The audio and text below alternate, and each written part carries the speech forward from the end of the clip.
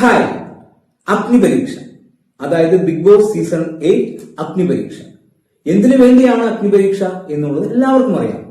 അതായത് സാധാരണക്കാരിൽ നിന്നും മികച്ച സാധാരണക്കാരെ തിരഞ്ഞെടുക്കാൻ വേണ്ടിയാണ് അഗ്നിപരീക്ഷ.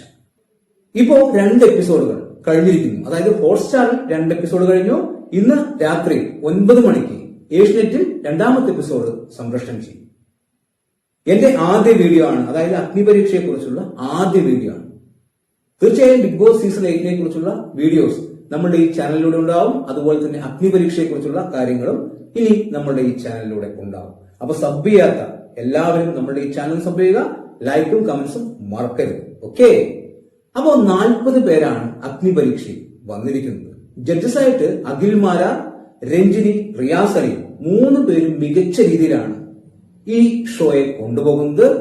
നല്ല രീതിയിൽ, അതായത് നമ്മൾക്ക് ഇഷ്ടപ്പെടുന്ന രീതിയിലാണ് ഈ 3 പേരും ഈ ഷോയെ കൊണ്ടുപോകുന്നത്. പിന്നെ കണ്ടസ്റ്റൻസ് 40 പേർ. ഈ 40 പേരും മികച്ചവർ തന്നെയാണ് എന്നുള്ളതാണ് നമ്മൾക്ക് ഈ 2 എപ്പിസോഡ് കണ്ടപ്പോൾ തോന്നിയിരിക്കുന്നത്.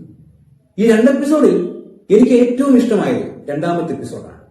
ആദ്യ എപ്പിസോഡിൽ 40 പേർ വരുന്നു, ഒരു ടാസ്കിലൂടെ 20 പേർ ജയിക്കുന്നു.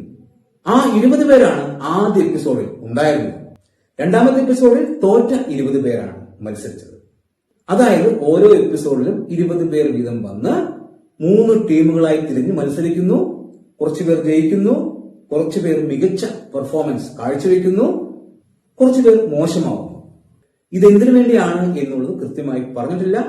നാളെ മുതൽ അത് നമ്മൾക്ക് എന്തിനു വേണ്ടിയാണ് എന്ന് മനസ്സിലാക്കാൻ സാധിക്കും. ഈ 40 പേരുടെയും പേര് ഓർത്തുവെക്കുക എന്നുള്ളത് വളരെ പ്രയാസപ്പെട്ട കാര്യമാണ്.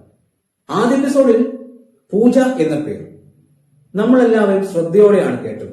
അതിനുള്ള പ്രധാനപ്പെട്ട കാരണം അവരാണ് ആദ്യ എപ്പിസോഡിൽ കണ്ടന്റ് തന്നത്. കരഞ്ഞു പിഴിഞ്ഞിട്ടായാലും കണ്ടന്റ് തന്നത് അവരാണ്. പക്ഷെ അത് രസകരമായിരുന്നു. അതായത് പൂട്ട് തുറക്കുന്ന ആ പരിപാടി, ആ പയ്യൻ ഞാൻ തുറന്നു തരാം എന്ന് പറഞ്ഞ് ചാവി വാങ്ങിച്ച് പൂട്ട് തുറക്കാൻ ശ്രമിക്കുന്നു. അതിനുശേഷം അത് തന്റെ ആക്കി മാറ്റാൻ ശ്രമിക്കുന്നു. അതിലൂടെ ചില പ്രശ്നങ്ങൾ ഉണ്ടാകുന്നു. അതിലൂടെ പൂജ ശ്രദ്ധിക്കപ്പെട്ടു എന്നുള്ളത് സത്യമായിട്ടുള്ള കാര്യമാണ്. 2ാമത്തെ എപ്പിസോഡിലും പൂജയുണ്ട്. അതായത് ആ പൂജയല്ല, വേറൊരു പൂജ. മൊത്തം 2 പൂജമാർ ഈ സീസണിൽ, അതായത് അഗ്നിപരീക്ഷയിലുണ്ട്. അഗ്നിപരീക്ഷയിൽ നിന്ന് 6 പേരെയാണ് ബിഗ് ബോസ് ഹൗസിലേക്ക് കൊണ്ടുപോകുന്നത് എന്നാണ് അറിയാൻ സാധിച്ചിരിക്കുന്നത്. അതായത് ഇന്നത്തെ എപ്പിസോഡിൽ അത് പറയുന്നുമുണ്ട്. എന്റെ ധാരണ 5 പേരാണ് എന്നുള്ളതായിരുന്നു.